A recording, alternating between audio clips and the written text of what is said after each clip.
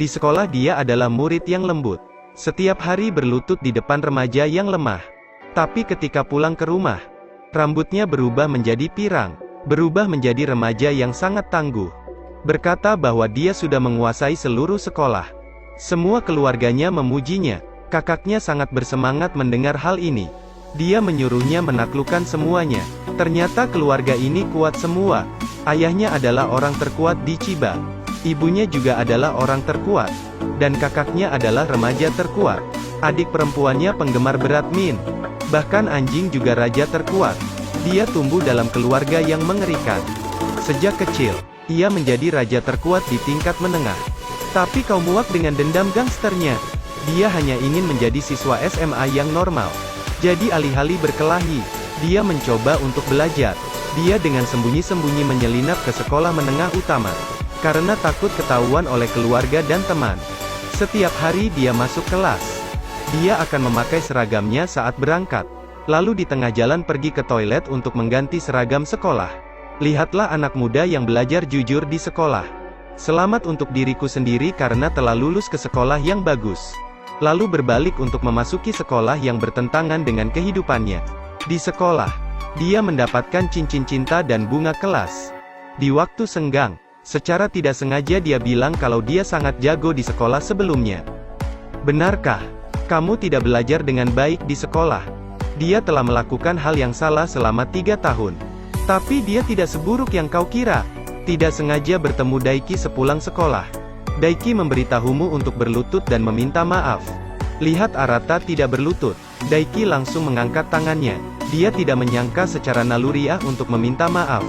Tapi demi berpura-pura menjadi murid yang baik, masih memilih berlutut. Mengancam akan menjatuhkan celananya. Adegan ini kebetulan dilihat oleh bunga kelas. Agar tidak malu, dibawa keluar kamar. Ternyata dia takut diperkosa sama teman sekelasnya. Dia jadi remaja yang tidak jujur. Tanpa diduga ditemui pada hari pertama sepulang sekolah. Sekelompok remaja yang tidak jujur benar-benar datang untuk memperkosa dia. Dia tidak tahan lagi sekarang. Tapi kau tidak bisa keluar. Tabrak saja, ambil pukulan dariku. Sangat menyakitkan. Akhirnya terlihat Daiki dibawa pergi oleh mereka. Kemudian di taman, Daiki disiksa oleh remaja yang berandalan itu. Bahkan membuang barang di tangannya jauh-jauh. Menyuruhnya datang untuk mengambilnya seperti anjing. Pergi. Dapatkan itu dengan baik. Anjing yang setia. Tepat ketika dia membawanya, seseorang muncul di hadapannya. Tanpa berkata sepatah kata pun dia langsung berkelahi. Satu pukulan saja mengalahkan pemimpin yang buruk itu. Kemudian berurusan dengan sisanya hanya sebagian kecil yang banyak gaya. Setelah lawannya pergi, dia bersujud berterima kasih kepada penyelamat hidupnya. Tanpa diduga dia memberikan pukulan untuk memberitahumu agar taat belajar. Berhentilah melakukan kebiasaan yang tidak jujur. Tapi keesokan harinya ternyata dia malah lebih parah lagi. Mulai simulasi membuat muka malu. Tapi kamu tidak tahu, gara kemarin saya tawarin bantuan malah jadi incaran orang lain. Dia adalah orang terkuat, tapi di hari pertamanya di SMA, dia berlutut di depan orang lain. Membuat semua teman sekelasnya berpikir dia lemah. Tapi dia sama sekali tidak lemah. Hanya tidak lagi berniat menjadi seorang gangster. Dia ingin menjadi murid yang baik. Dia bisa mengharapkan itu karena aku pergi keluar untuk membantunya kemarin. Untuk menggambar gambar besar. Besoknya gara-gara imitasi jadi dia dibawa pergi sama sekolah sebelah. Mengetahui hal ini tidak membantunya. Karena dia bersumpah untuk tidak melawan lagi. Tapi ketika saya mendengar kabar Hoa Hoi, kelas pun ikut membantu. Dan tiba-tiba kau diam. Daiki di sisi lain didorong ke tanah oleh remaja jahat. Bunga bersembunyi di balik dinding dan tidak berani keluar. Tapi untuk mengatakan dia tidak berperilaku jujur. Dia memiliki semua keberanian untuk berlari di depan remaja jahat. Hasilnya dia tidak menyelamatkan orang yang tertangkap oleh remaja tersebut. Biarkan aku pergi. Apa? Beri aku ciuman. Tidak bisa. Aku benar-benar tidak menginginkan ciuman ini. Dia muncul sekali lagi mengenakan pakaian pasukan khususnya. Tanpa berkata sepatah kata pun langsung menghajarnya. Tapi dia tidak menyangka preman remaja ini lemah. Baru 1 menit aku terkilir dan melarikan diri. Setelah menyelamatkan Hoa Hoi dan Daiki, Arata ingin pulang untuk makan. Tetapi Hoa Hoi memintanya untuk tidak pergi. Hang Hang mengkritiknya sangat keras dengan beberapa kalimat. Dia terus berbicara hingga 15 menit. Kekerasan tidak dapat menyelesaikan masalah apapun. Buang-buang waktu saja. Lapar jam segini udah gak sabaran. Berisik banget. Keluarlah dari sini. Kau wanita jelek. Kau menghabiskan waktu. Daiki melihatmu sedikit marah dan segera menarik Hoa Hoi pergi. Tak disangka sebelum dia pergi, Hoa Hoi berbicara kepada Arata dengan satu kalimat lagi. Hal bodoh terjadi setelah dua orang pergi.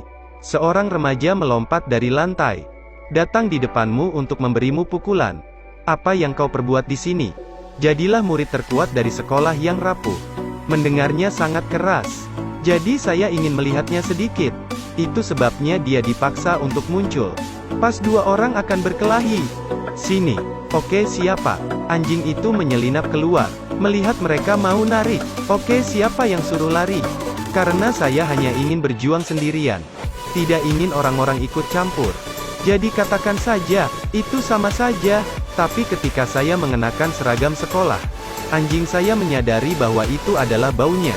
Hei, kamu mau pergi kemana? Kakaknya sudah jadi orang yang rapuh. Lahir di keluarga kerajaan sejak kecil. Setelah mengetahui bahwa pemiliknya tidak mau lagi menjadi remaja yang tidak jujur, dia menyelinap pergi dengan pemiliknya ke sekolah.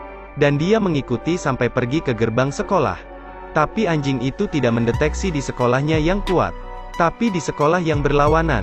Kemudian ia berlari ke sekolah menuju pintu depan, melihat dirinya dan akhirnya dia menyadari bahwa ia mengkhianati klan raja. Jadi anjing itu pun bergegas pulang. Sekalian langsung memberitahu ibu bahwa ia telah dibohongi sekeluarga. Tapi pada dasarnya ibu itu tidak tahu apa yang dikatakannya. Kemudian ia menemukan kakaknya yang sedang live streaming. Saat ini, ketua grup terbesar memberikan hadiah kepada adiknya. Dia hanya iseng dan diusir oleh ibunya. Dia akhirnya menemukan ayahnya lagi. Namun kata-kata itu belum terucap. Lalu ayahnya memeluknya sambil menonton televisi. Anjing itu mendesah tak berdaya.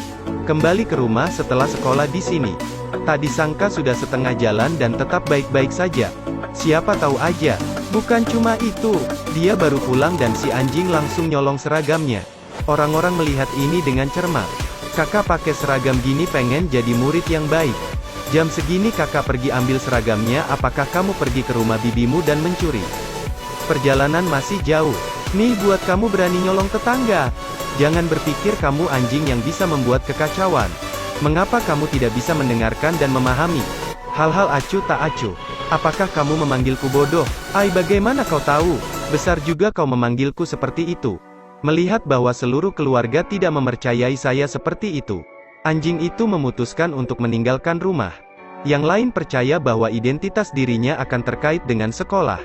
Hanya memikirkan hal ini, kau sangat khawatir, maka dia memutuskan pindah sekolah.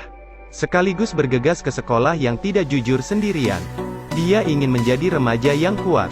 Dia bertemu dengan siswa angkatan pertama. Hasilnya baru mau melawan tapi dia malah dibawa pergi. Ternyata kau tidak mau membuka jati dirimu. Cuma pengen berjuang sendirian. Setuju banget, tapi cuma satu permintaan. Wajib pakai seragam tempur baru bisa mukul. Dia pun mengganti celana sekolahnya yang baru. Ternyata mereka segera melihat, oke siapa yang tidak melakukan kontak mata. Dia ingin mengalahkannya. Berikutnya, pertempuran dimulai. Menyaksikan adegan ini memutuskan untuk berdiri di samping dan menonton mereka berkelahi. Dan anjing itu meninggalkan rumahnya dan ikut menyaksikan. Tapi tidak lama kemudian dia bertanya, siapa yang dimanipulasi? Tepat ketika musuh ingin membunuhnya. Dia tidak tahan lagi. Dia pun pergi membantunya. Melihat dia mulai menjadi remaja yang tidak jujur lagi. Anjing yang berdiri begitu bersemangat menggonggong ke arah Arata. Dia dengan cepat mengalahkan mereka. Tidak ada yang sanggup melakukan ini kecuali hanya Arata. Mulai saat ini mereka berdua menjadi teman. Dan anjing itu pun berlari ke arah pemiliknya. Memutuskan untuk selamanya menjadi penggemar kecil Arata. Dan menjadi anjing terkuat di dunia. Cerita pun berakhir. Terus ikuti Edelweiss Review untuk mendapatkan update cuplikan film berikutnya.